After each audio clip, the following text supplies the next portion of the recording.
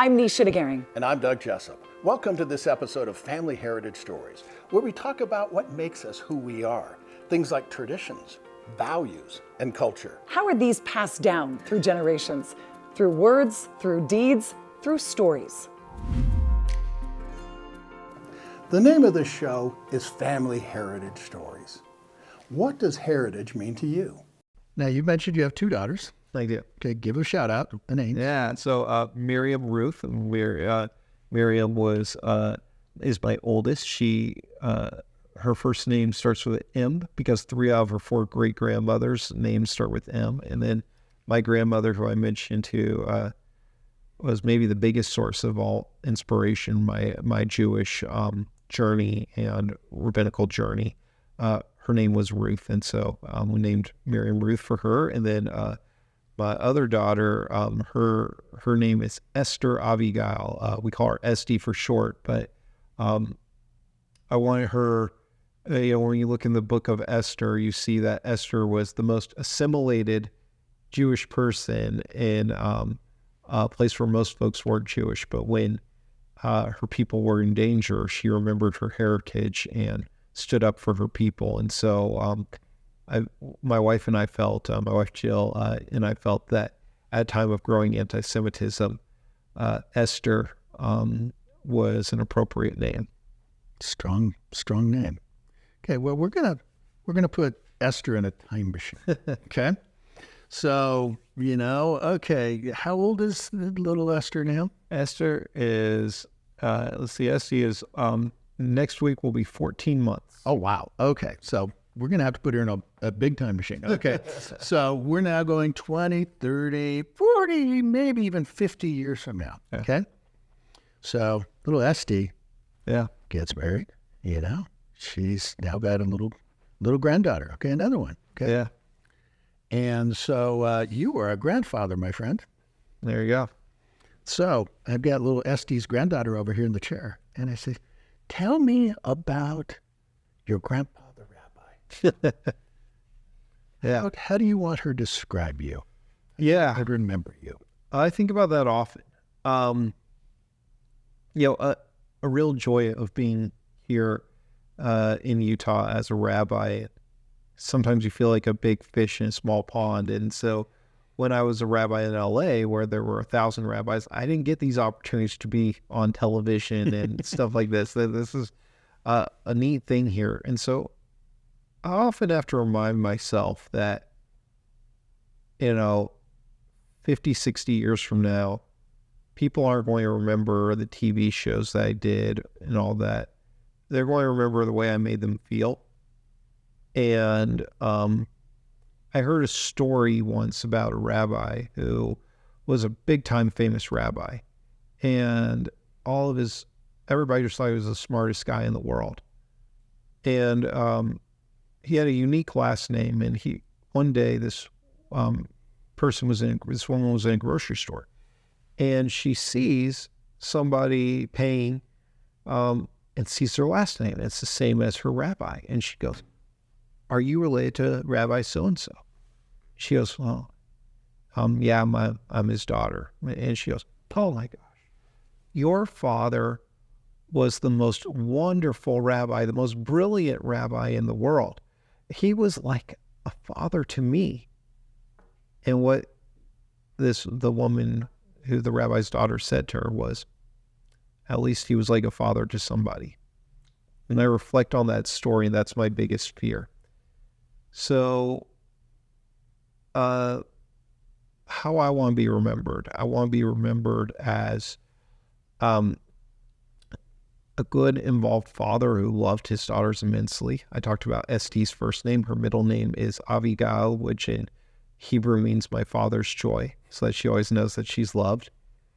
That's the most important thing to me, is being remembered as a father and as a husband, not as a perfect one, but as one who tried his best and tried to overcome his flaws. And from my students, I want to be remembered as a good teacher who encouraged them to continue Judaism and living lives of Jewish values. as a middle school student, I read the Epic of Gilgamesh, and Gilgamesh, all he wanted is for his name to be remembered. He was so scared of dying because he said, what if people forget my name? Well, that's not a huge concern for me. I think that a lot of rabbis really want their names to be remembered. With my community, I'm okay if they don't remember me. I don't want them to hold on to my memory. I want them to embrace my successors and not have a cult of personality around me for my synagogue. But I hope that my students remember me as somebody who was there for them, who made them helped inspire a love of Judaism for them.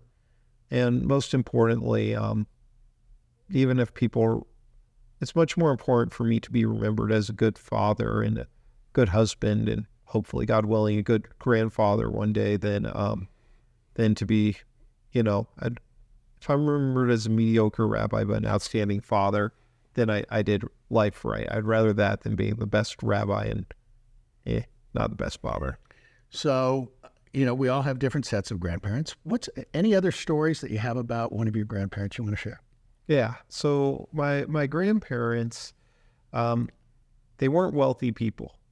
My grandfather, as I mentioned, owned a bar and a liquor store, and my grandmother was a homemaker.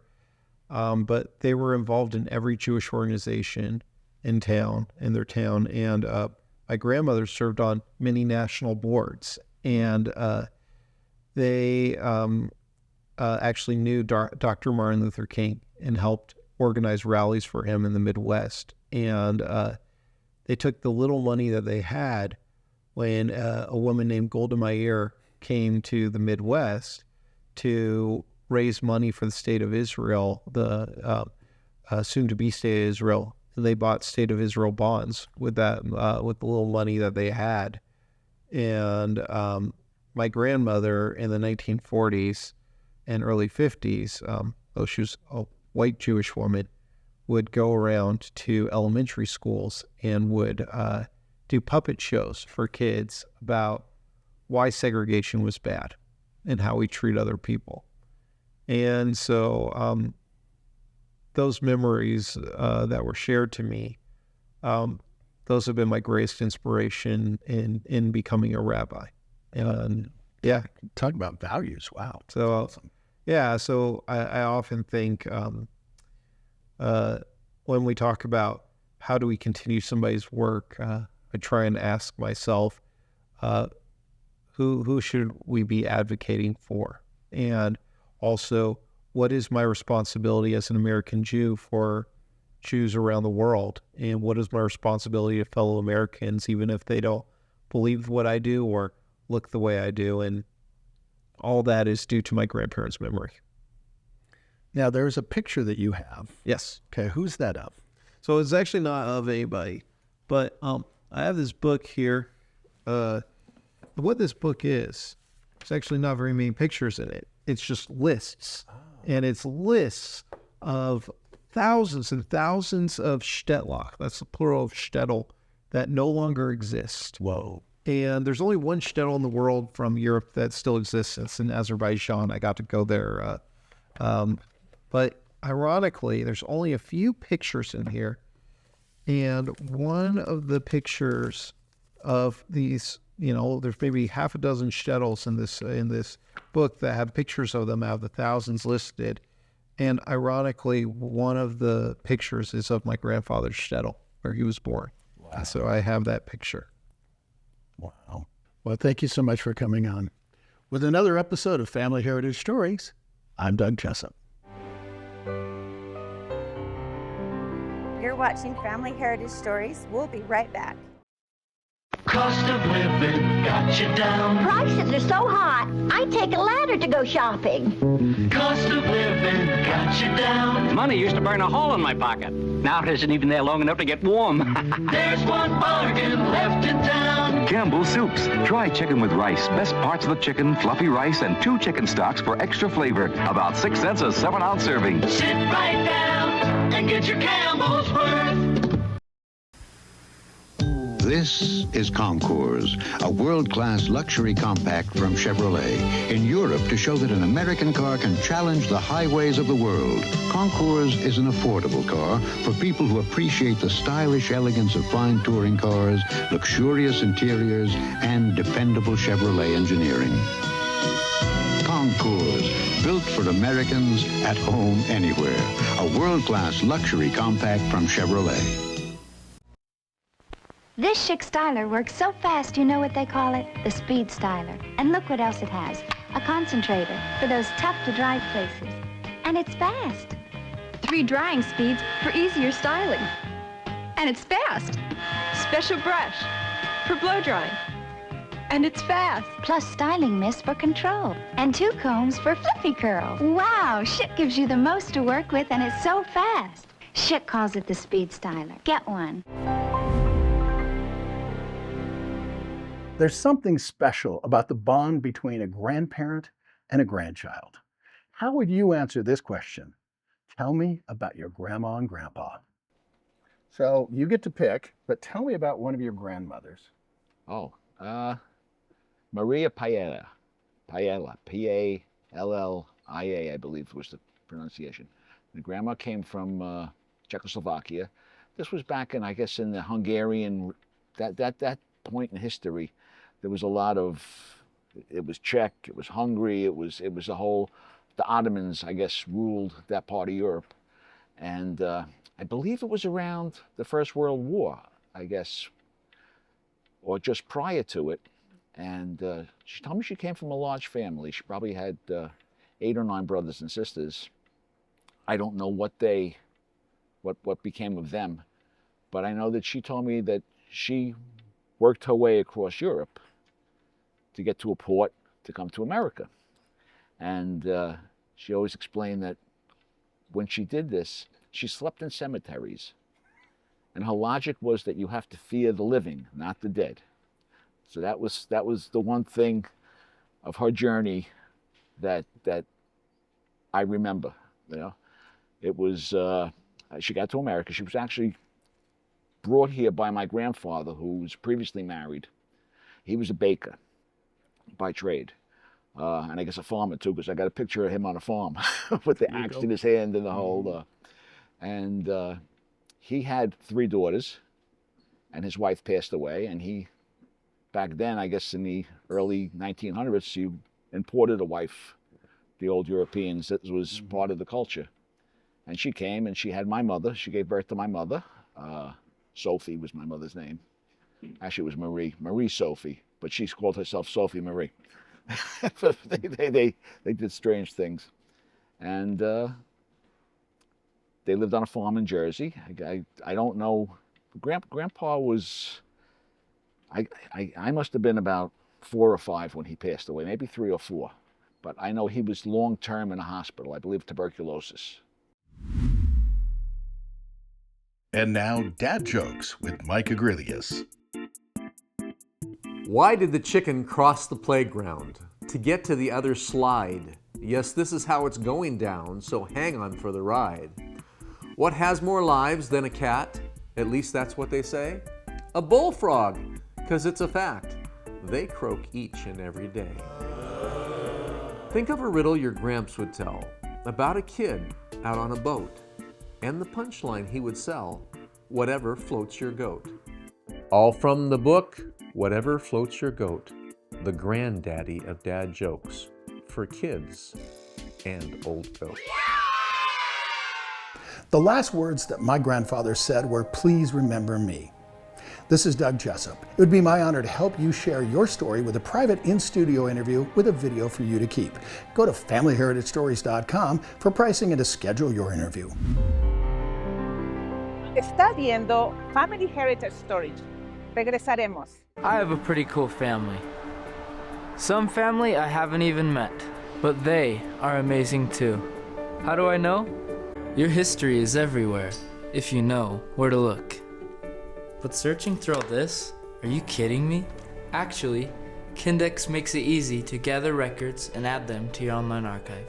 So everyone can jump in and index their records, making every word searchable. As I sit here all alone, I wonder what you are doing now, period. So I look on that and say, There are lots of ways to transcribe and tag records. With Kindex, I know them anyway.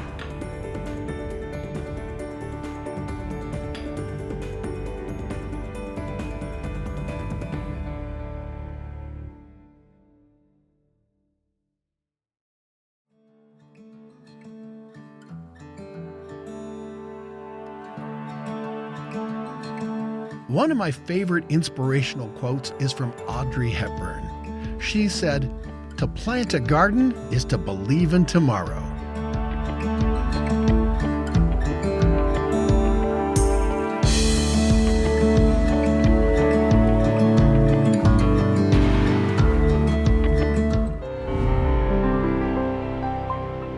How do you want to be remembered? With me today, Jenny Thompson. Jenny, you have an interesting story because we're tying it together with a friend of yours, okay?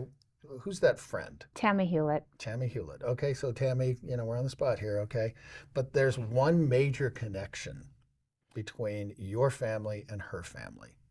It will be through the eternities. My beautiful, selfless mom donated her liver with a sudden death to her mother, who was very sick and needed an organ.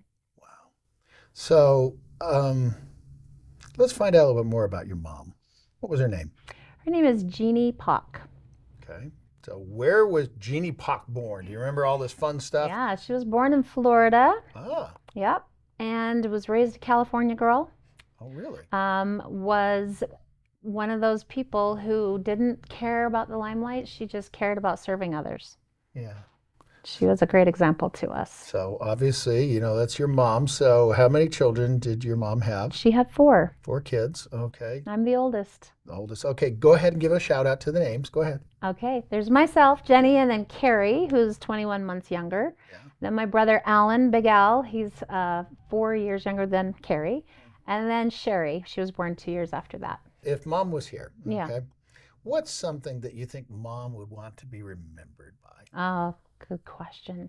She really just wanted to be remembered as a Christ-like person. Okay. She just really wanted to serve others, and she did. And it's funny, all of us kids, the 4 children, were married except my brother. He was 47 years old, found the love of his life, who was a neighbor when we were growing up. Oh, okay. My parents and her parents, best friends. There you go. They connected a couple of years before, and 1 week before my mom passed, they married. Oh, wow. I think she felt complete. Okay, so what would the great-great-grandchildren and the grandchildren say about Grandma? What was their favorite thing about Grandma? Probably her voice. She sang for the Mormon Tabernacle Choir. Really? Yeah. Yeah. Oh, wow. Really a beautiful soprano. I can still hear her singing when I hear them sing. What do you think her favorite song would have been? Slow Down. It's a beautiful song written by a surfer, of all things. Yeah. And a woman named Sissel picked it up, and she sang actually as a guest from the Mormon Tabernacle Choir a couple of years ago. My mom was obsessed. We watched it all the time. It's such a beautiful song. Wonderful. What would you say to somebody out there that was thinking about organ donation? Well, I think there's 2 sides to it. There's obviously people who need an organ, who are desperate to live. And I would say to them, share your story. It's so important to share your story, because when the unfortunate event happens, like where my mom suddenly passed, I instantly thought of Diane. I had been praying and fasting for her for a solid month. So she was on my mind. And to be honest, I think when my mom passed, I think Heavenly Father sat her down and said, sit right here, you're going to choreograph this with me. She was such a saint. And of course she's going to serve on her deathbed, of course. So I would say, tell your story, get it out there every single way you possibly can. And that's something that we don't hear a lot of, but it's so important. The other side, of course, is the organ donors. I am an advocate, huge advocate of, sign up, register with, is it UtahOrganDonation.org? I don't know, but sign up for that. It's so important. And I will tell you, as a family who lost a loved one suddenly, it was everything to go through that process with the little silver lining around that awful cloud. What are your family stories? I'm Nisha DeGaring. I'm Doug Jessup. It would be our honor to help you share your stories with an in-studio interview. We take out the bloopers, add in your pictures, and give you a digital video to keep. To schedule your interview, go to familyheritagestories.com.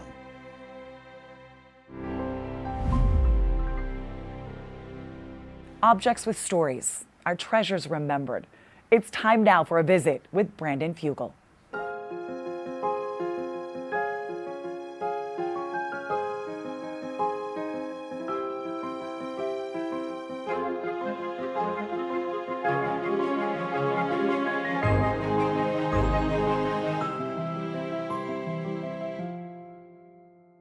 With me today, Brandon Fugel. Okay, Brandon, we got these funky looking little claws, and I think there's a story. What is it? Yeah, these are the actual adamantium claws worn by Hugh Jackman as the character Wolverine in X-Men Origins Wolverine.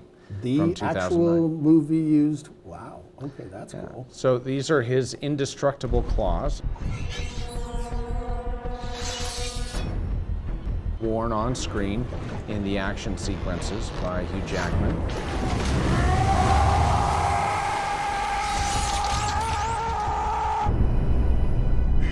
We also have the dog tag that on one side says Logan, which is his real name, and then the other side is Wolverine. And you also have the meteorite that contains the indestructible extraterrestrial alloy that is adamantium. We're about to begin bonding adamantium to weapon exoskeleton, where they essentially process the ore. It's a great piece of cinematic history. Wolverine is really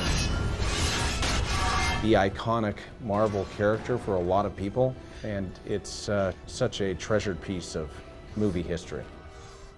The holding company that I set up to acquire the infamous Skinwalker Ranch in the Uinta Basin is none other than adamantium real estate, which in other words is translated as indestructible.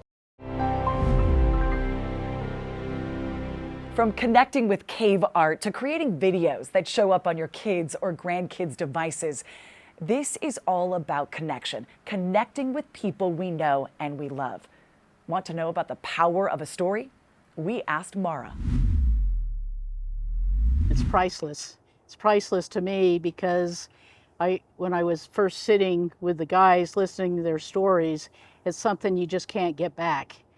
And there's a lot of stories I wish I would have had recorded from my dad, my mom, my grandparents.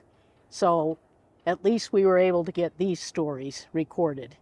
And to have them videoed and digitized is key, because the younger generation, you know, sitting with my nephews, doing homework with them over COVID, they weren't looking at books, they were looking at screens, and they can look at this on a screen. I'm Doug Jessup. And I'm Nisha DeGaring. It would be our honor to help tell your family heritage story. Go to our website to schedule an in-studio interview on the Jessup's Journal TV set. Broadcast audio, video, and lighting are already set up to ensure quality control. All you need to do is come to our Salt Lake City studio and we'll do the rest. Our professional editing staff will take out bloopers and add your pictures to create a private digital video for your devices. Go to familyheritagestories.com for pricing and to schedule your interview.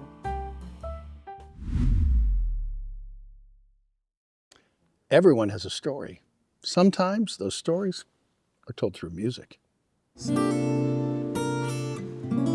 I see trees of green, red roses too. I see them bloom for me and you, and I think to myself, what a wonderful world.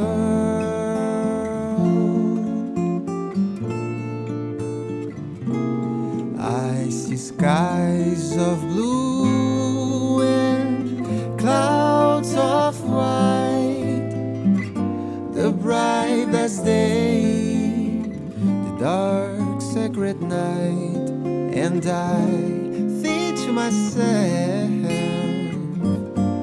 what a wonderful world.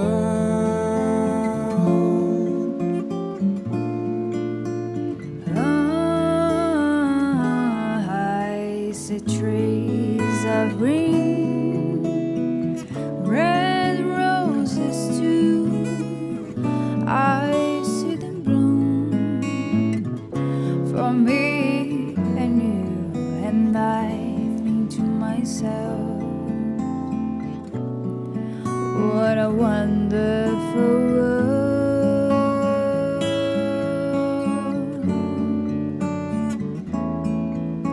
The colors of the rainbow, so pretty in the sky. They're also on the faces of people going by. I see friends shaking hands, saying, how do you do? They really saying, I love you. And now your baby's crying. Watch them grow. They learn much more than I ever know. And I think to myself, what a wonderful world.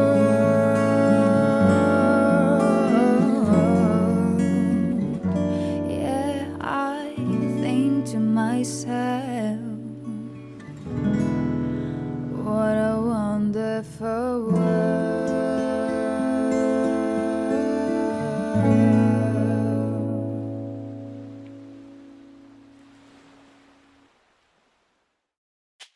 What makes you smile? Spry Natural Xylitol Gum makes me smile. I think it might help you too.